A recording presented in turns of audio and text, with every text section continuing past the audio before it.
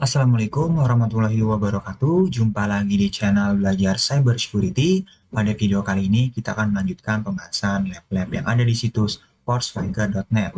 Karena kita masih di bagian authentication, kita lanjut ke lab berikutnya yang berjudul ini lab ke-7, 2FA Simple Bypass. Ini saya sudah akses ini penjelasan dari labnya. Jadi di sini dijelaskan bahwasanya pada penerapan 2FA pada lab nanti ya itu terdapat vulnerable atau kesalahan dalam penerapan sehingga dapat kita bypass. Oke, dan di sini kita diberikan dua akun. Akun winner Peter ini nanti kita gunakan untuk menganalisa proses yang terjadi pada penerapan 2FA ya pada aplikasi atau website nanti di lab, dan ini username Carlos adalah username yang akan kita bypass ya, sehingga kita bisa membypass user saat login menggunakan username Carlos seperti itu. Oke lah, tanpa panjang lebar kita langsung aja ke labnya. Ini saya sudah labnya teman-teman, kita ke my account. Nah ini halaman loginnya, sorry saya logout dulu, tadi saya belum logout. Oke, kita ke my account lagi. Ini dia halaman loginnya. Karena kita coba masukkan login sebagai winner dengan passwordnya Peter. Kalau kita login, oke, ini authentication pertama ya bisa dibilang berhasil, dan kita dibawa ke halaman untuk memasukkan token yang dikirim ke email winner. Di sini kita disediakan untuk mengakses email dari winner. Oke, ini dan ini paling atas ya, ini token yang dikirim, kita copy. Oke, kita paste saja, kita login, dan proses 2FA atau two factor authentication berhasil ya. Kita berhasil login ke halaman winner, di sini dibawa ke URL my dash account. Sekarang kita coba log out. Oke, kita kembali ke my account. Sekarang kita coba menggunakan username Carlos dan passwordnya adalah Montoya. Oke, kalau tidak salah Montoya ya benar Montoya. Saya ulangi, Montoya. Saya login dan berhasil. Nah, dan di sini kita diminta untuk memasukkan ya token yang dikirim ke email Carlos. Tapi di sini kalau di tombol ini tadi ini tetap ya. Ini untuk mengakses email dari winner. Ini teman-teman punya winner ya. Oke.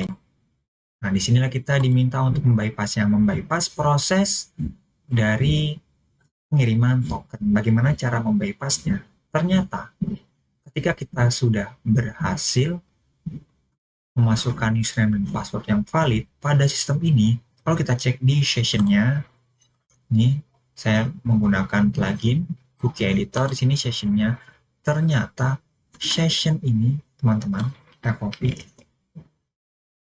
di sisi backend itu sudah bisa digunakan untuk mengakses halaman my account. Nah, kita coba di sini ya. Kita tinggal my account. Kalau kita enter, nah teman-teman lihat berhasil ya, langsung tanpa kita masukkan token yang dikirim ke email Carlos, hanya tinggal memasukkan atau mengubah URL-nya seperti itu. Maka inilah kesalahan teman-teman yang harusnya ketika tadi kita back, saya jelaskan di sini seharusnya session ini ya harusnya di backend mengenalinya itu user Carlos, tapi yang baru melakukan login username password, belum masukkan token. Tapi ternyata di si backend ini otomatis juga bisa mengakses halaman my account. Maka di situlah vulnerable yang kita bisa membypassnya. Oke, lebih lanjut ini saya sudah siapkan, kita coba breakdown konsepnya. Ini teman-teman kurang lebih pada lab itu seperti prosesnya tadi ya. Di sini kita ke halaman login, kita diminta masukkan username password, lalu kita masukkan ya, ini usernya Carlos Montoya, lalu kita login, otomatis data dikirim ke sini server, dan server memvalidasi dan juga di sini menyiapkan sessionnya ya. Oke, kalau valid, sessionnya dikirim, kita dibawa ke halaman login 2 yang untuk masukkan token ya di sini. Nah, kemudian kita masukkan tokennya yang dikirim ke sini ke email Carlos, tentunya tokennya 789. Kemudian kita kirim session kita juga XYZ ya. Dan tokennya dikirim seperti itu.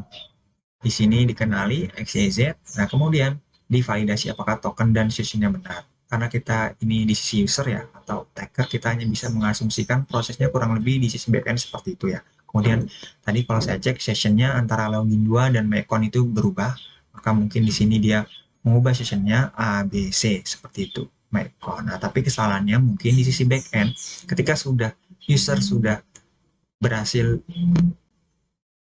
diarahkan ke login 2 ya, berarti username dan passwordnya yang dimasukkan sukses dan dia mendapatkan session ini XYZ. Ternyata session ini teman-teman juga bisa digunakan untuk mengakses my account. Jadi tinggal kita request ya ke my account URL-nya, kemudian dengan mengirim session yang serupa XYZ, ternyata di sini dikenali juga sehingga berhasil masuk ke my account seperti itu.